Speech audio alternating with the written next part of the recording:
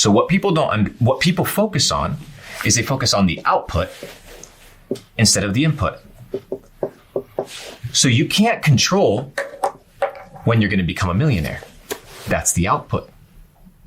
People are focused on the output. They're focused on the reaction. They can't control the reaction. All they can focus on is the action. So for every action, there's an equal and opposite reaction. So what are the actions that you have to input in order to make $1 million?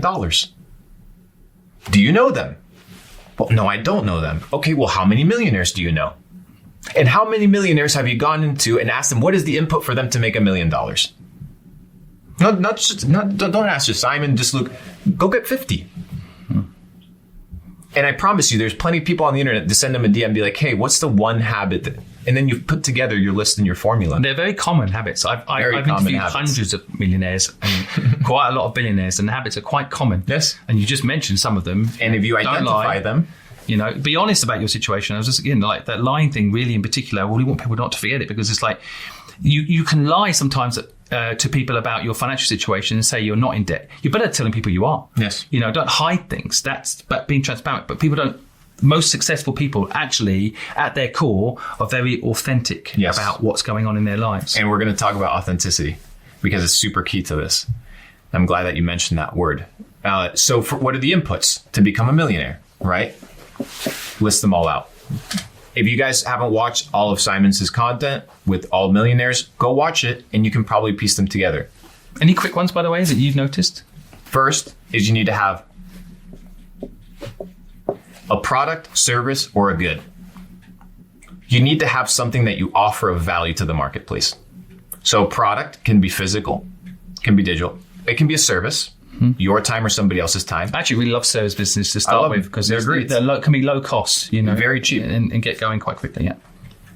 And then you can have your physical products, your digital products, and then you have your goods. And your goods don't necessarily have to be something that offers utility. Like a pair of shoes, like a Nike pair of shoes, aren't necessary. They're just a good, a variable, a version. So for example, you could have a service-based business that offers car wash, but your goods are that you offer additional things to it and bonuses that don't have anything to do with the service. Like, do you sell them rim cleaner? Do you sell them additional perks and things that are inside of it? So you have your products, your services, and your goods. That's the input. Yeah, by the way, offer value. Most people who do a YouTube channel don't make money from the YouTube. They make money from affiliate links down below.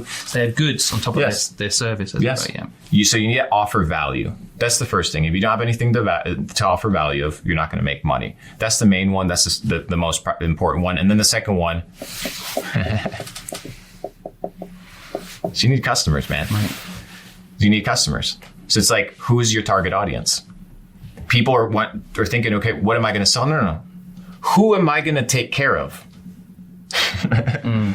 You start with the end in mind. Most people are way too generic on this. Yes. So I mentioned yesterday we interviewed the billionaire Yatsu, and he was talking about niching down, how important niching is. People, customer-wise, people too broad. I would like sell T-shirts to men between 18 and 60. Well, it doesn't work that way. You won't sell anything to anyone. You need, and we'll talk about the third one. Specificity. You need to be clear for yourself internally and externally. What are you going to offer? Who you're going to offer it to? At what price? Where? These are the clarifications that you need. Value to who and how.